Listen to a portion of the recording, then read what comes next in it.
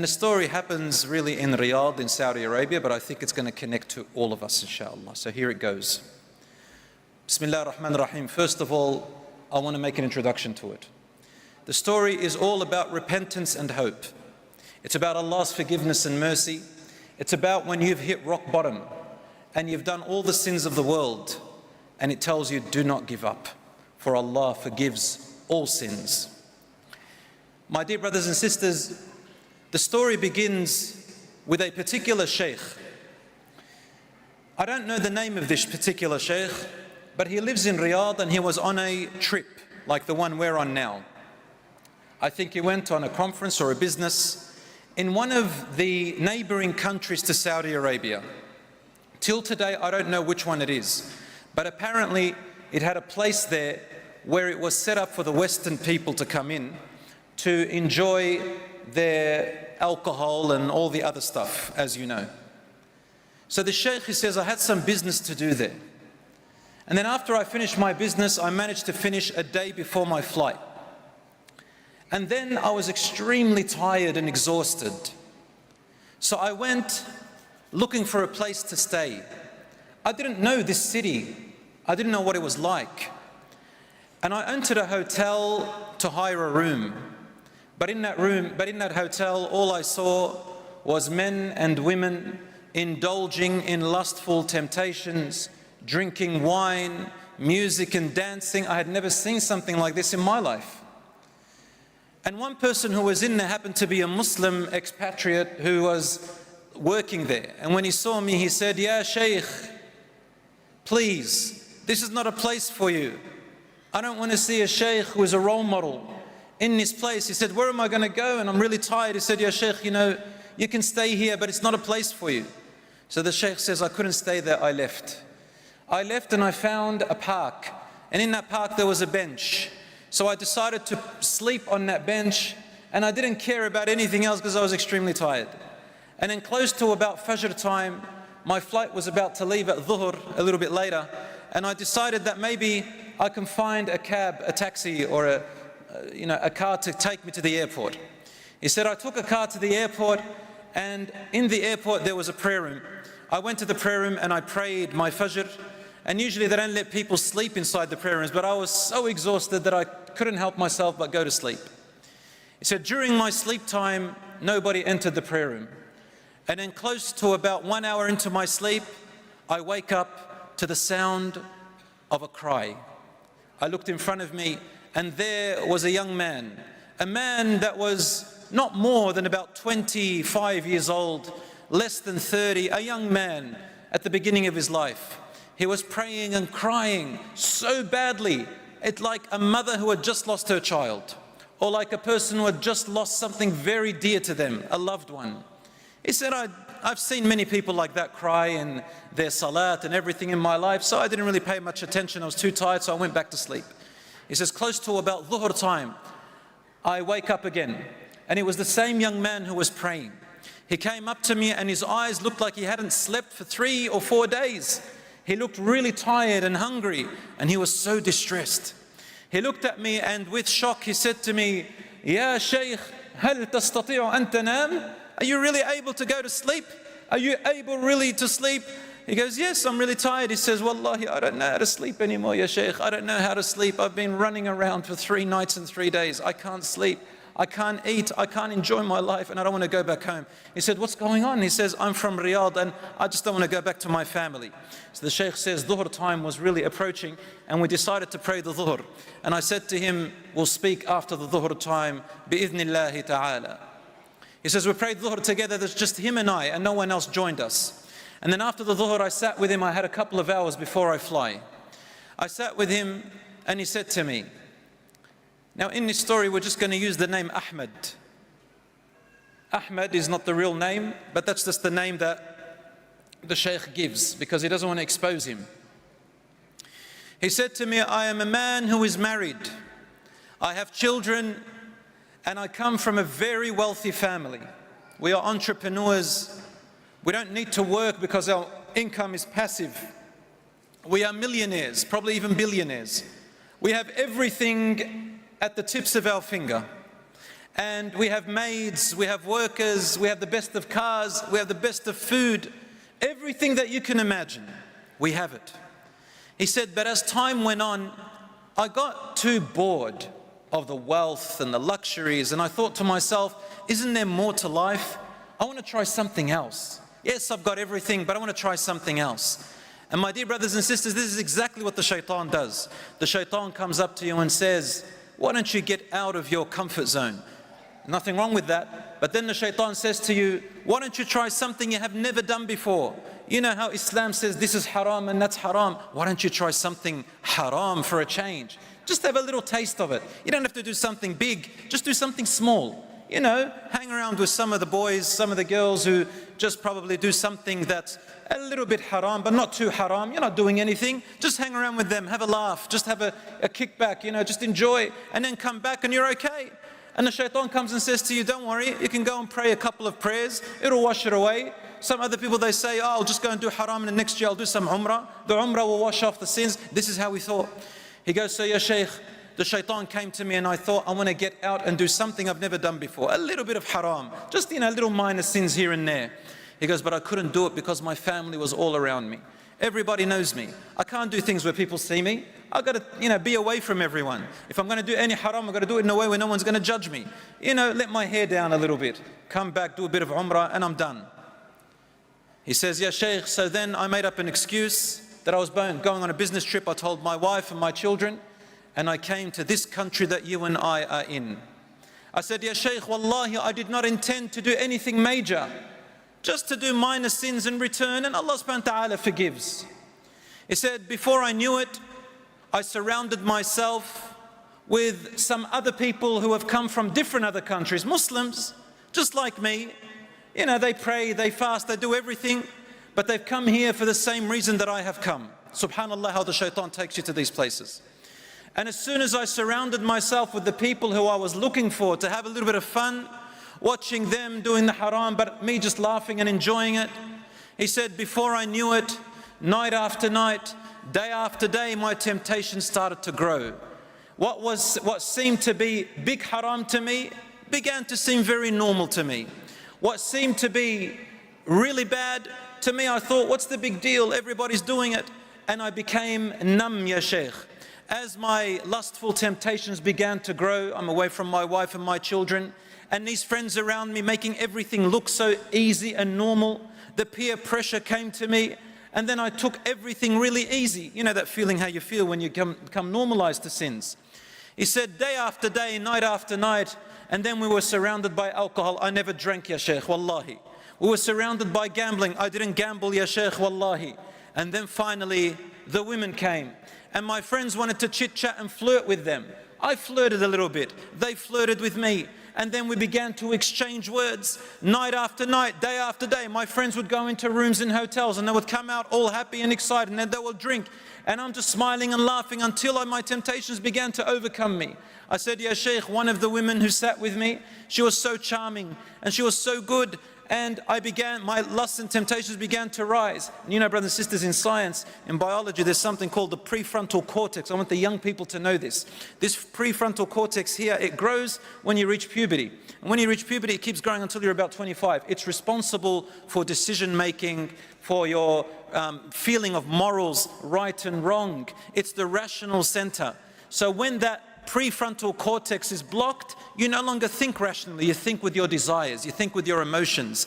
He says, when my lusts began to grow, and even in science this is true, when your lusts grow and your temptations and your desires, your prefrontal cortex actually blocks itself. It's really used, Allah made it so that when you get married, so you're not shy with your wife and your husband, so things can be easy between you, so that you don't feel too shy when you come together, and you can inshallah reproduce. That's the whole point of marriage, inshallah, and more than that, of course, love and everything before lusts and temptations. But he said, my prefrontal cortex and everything blocked, and my lusts took over, ya Sheikh. And suddenly, before I knew it, I don't know how I ended up in that room with that woman. And as Rasulullah sallallahu alaihi wasallam said, مَا اخْتَلَى رَجُلٌ وَامْرَأَةٌ إِلَّا وَكَانَ الشَّيْطَانُ ثَالِثُهُمَا. No man or woman ever are in seclusion together, except that the shaitan is always their third. Don't ever think that you are so powerful and innocent enough not to fall into temptations. He said, Ya Sheikh, I've never done anything like that before in my life. And then suddenly 1 minute became 2 minutes and 2 minutes became 5. And suddenly I found myself doing the haram with her, the absolute zina. And Ya Sheikh, I don't know what happened to me. And then after this temporary lustful enjoyment, suddenly it was ended. And when it was ended, my temptations cooled down, my lusts cooled down, and then my conscience and my iman came back, and the guilt and the shame began to hurt me.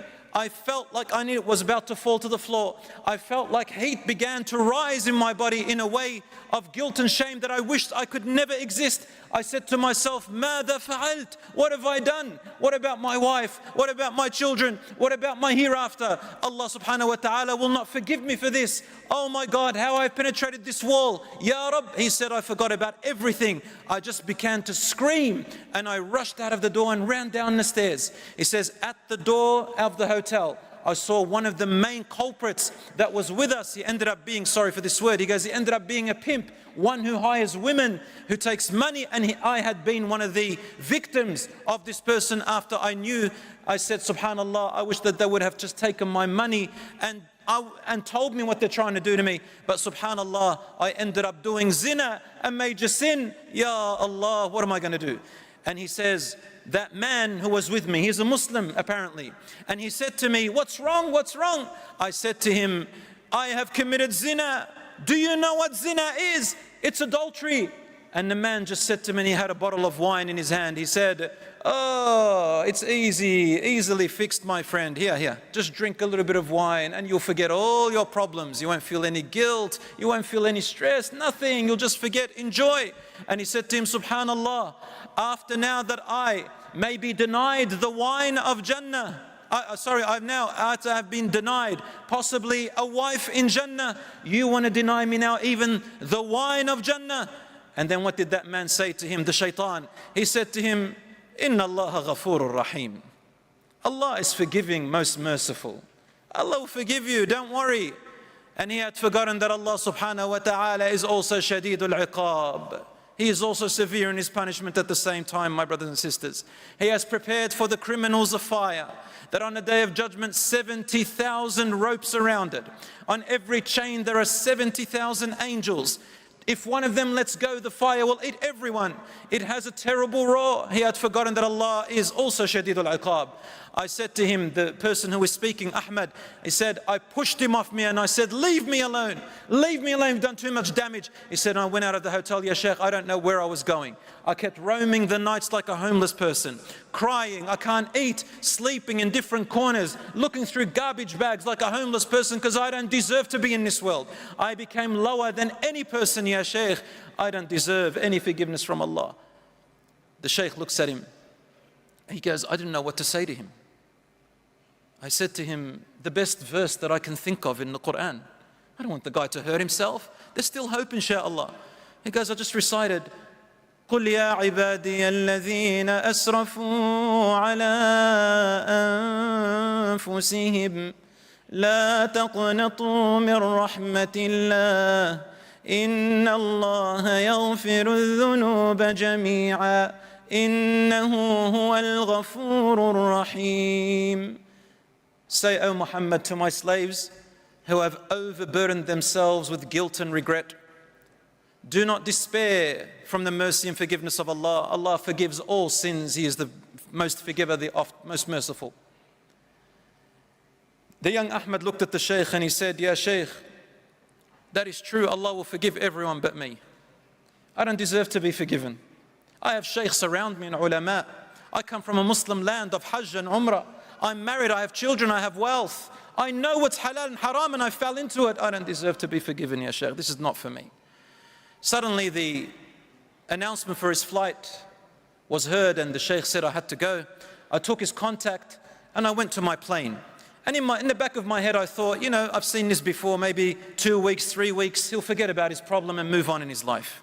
He said, when I reached back to Riyadh, about a month later, I received a call from him. And he said, I want to meet you at the masjid. And it was about Hajj season time that time. He said, I went to the masjid and I met with him, and he had changed. He wasn't the same as before. He wasn't crying, he wasn't in distress, but there was something dangerously scary about him. I looked at his face and it's as if he was just empty.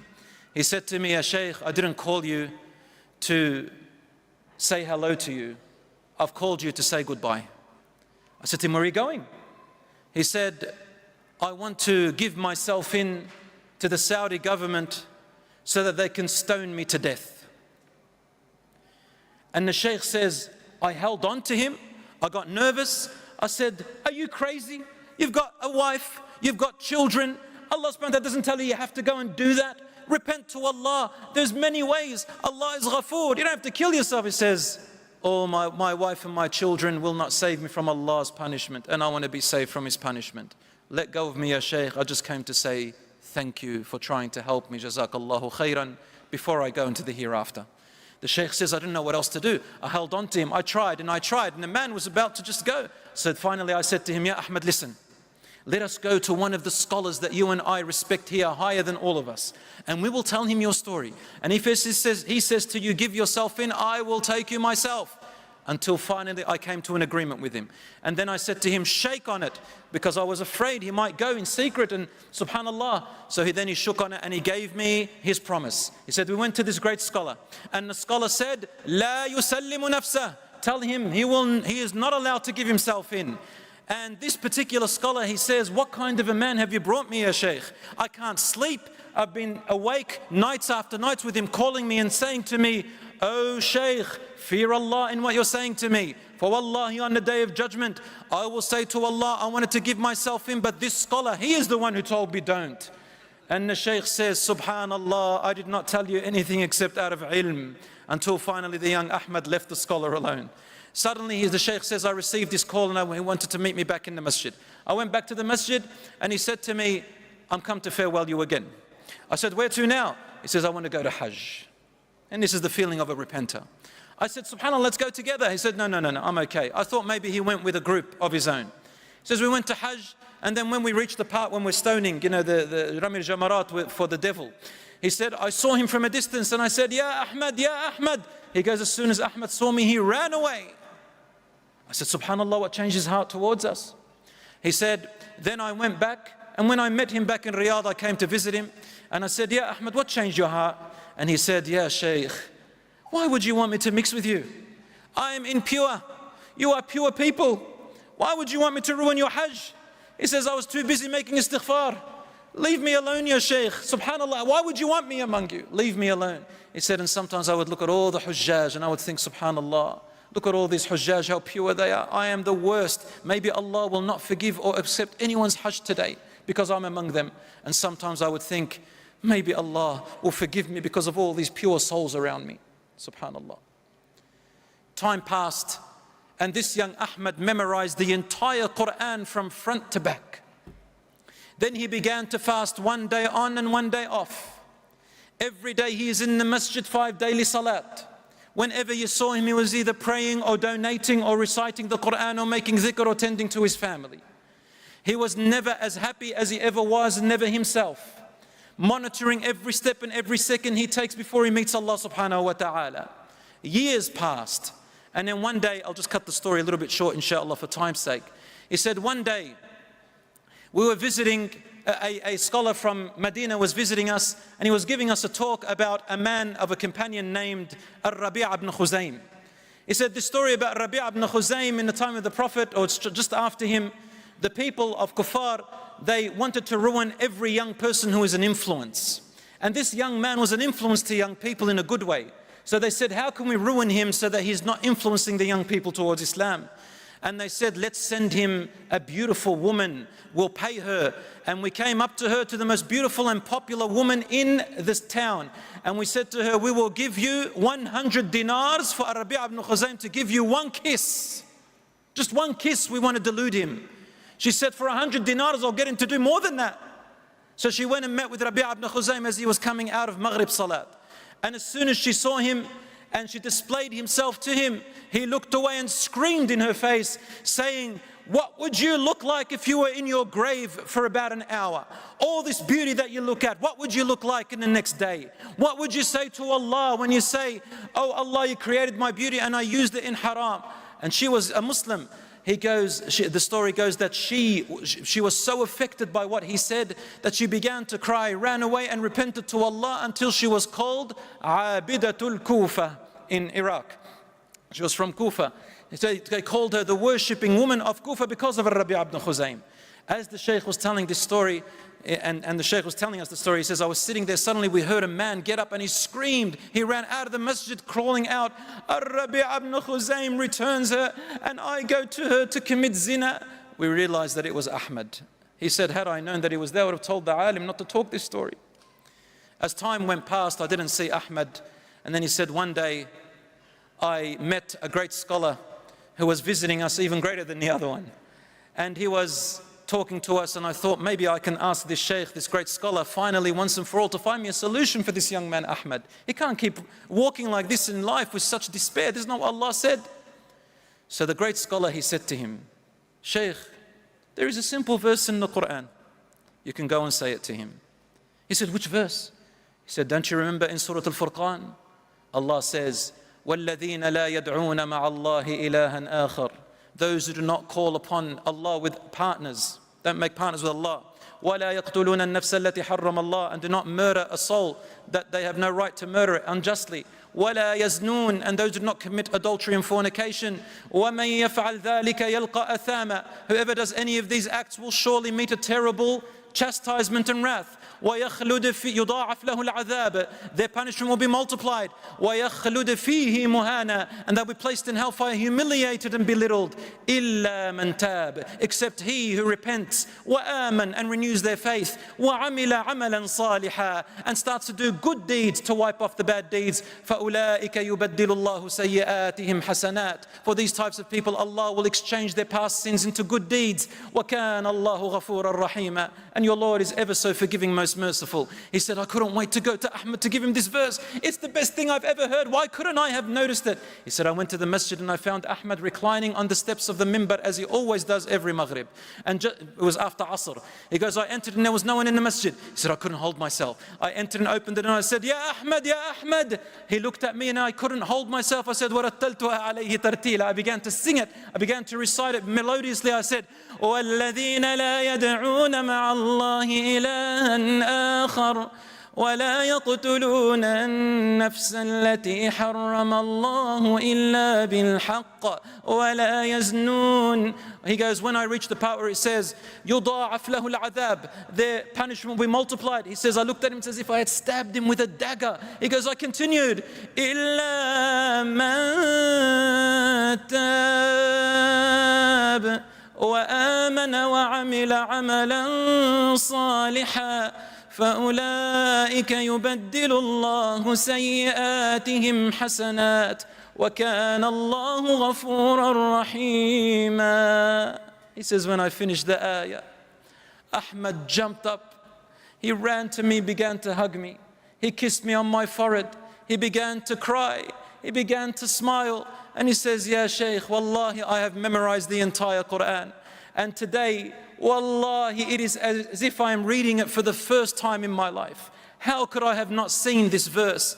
Maybe Allah subhanahu wa ta'ala left it for him to raise his level in Jannah, Allahu A'lam. That evening, that Maghrib, the Imam of the masjid was away and they put Ahmad to pray Imam. He goes, he recited Al-Fatiha. And then as he was about to recite a short surah, which surah does he choose? وَالَّذِينَ لَا يَدْعُونَ مَعَ اللَّهِ إِلَهًا آخَرَ. He says, when he reached the part, إِلَّا مَنْ تَابَ, except he who repents, he burst into tears. He couldn't finish, so he went into ruku' and sujood, and he went up to the second rak'ah. He recited Al-Fatiha and tried again, وَالَّذِينَ لَا يَدْعُونَ. And when he reached إِلَّا مَنْ تَابَ وَآمَنَ, he couldn't contain himself. He fell down to sujood, and he could never finish the verse every time he got to it. He said, months passed, and it was Ramadan, and suddenly I received a call from his father, the father of Ahmad. He said, please come quickly. I went to visit him and I knocked on his big door, his palace. And as soon as the father saw me, he burst into tears and began to hug me. I didn't know what was wrong. He said, your brother, your dear friend Ahmad, he gives you his salams and he went back to Allah last night. I said to him, subhanallah, I didn't know whether to cry for my friend or for his father. He goes, I went in and it was the janazah and they had brought the body to the family to farewell the body.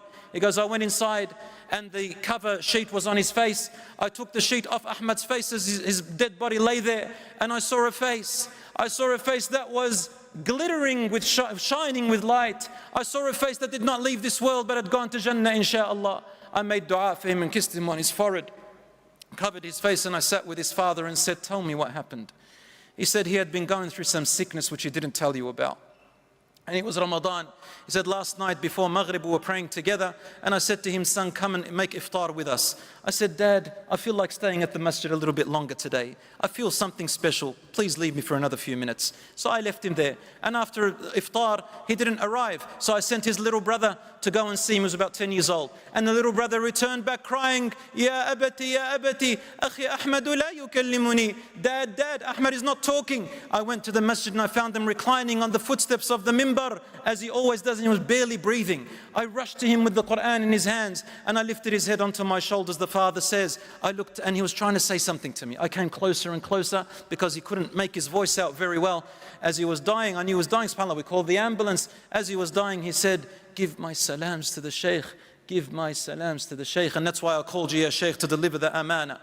He goes, and then suddenly while he was in my arms, his voice changed completely. And he came out as clear as the beautiful stars. He said, وَالَّذِينَ لَا يَدْعُونَ مَعَ اللَّهِ إِلَهًا آخَرَ وَلَا يَقْتُلُونَ النَّفْسَ الَّتِي حَرَّمَ اللَّهُ إِلَّا بِالْحَقِّ وَلَا يَزْنُونَ وَمَنْ يَفْعَلْ ذَلِكَ يَلْقَ أَثَامًا يضاعف له العذاب يوم القيامة ويخلد فيه مهانا إلا من تاب وآمن وعمل عملا صالحا فأولئك يبدل الله سيئاتهم حسنات وكان الله غفورا رحيما. He finished the entire ayah, and then his soul escaped from his body. I said to the young Sheikh, what happened to my son when he went on his tourist visit? And the Sheikh said, I had promised not to tell the full story or to say what he had done. He said to him, فَقَدَ إِيمَانًا. He lost his iman for a little while. Or he said to him, he lost a friend. As the Prophet ﷺ said, when you do a sin, the iman is like a friend. It hovers above you as you do the sin, and when your sin is over, your iman comes back to make you feel the way you feel so that you can repent and renew your life. My dear brothers and sisters, insha'Allah, that you benefit from this talk, that it is hope. No matter how much you have sinned, remember that Allah is Ghafurur Rahim. Allah loves it. He loves it when somebody returns back to Him. Even if you have sinned all your life, no matter what you think about yourself, remember, do not despair from the forgiveness and mercy of Allah. Tonight, my brothers and sisters, tonight pray 2 rak'ahs and say, oh Allah, forgive me. And you will find your entire life changing.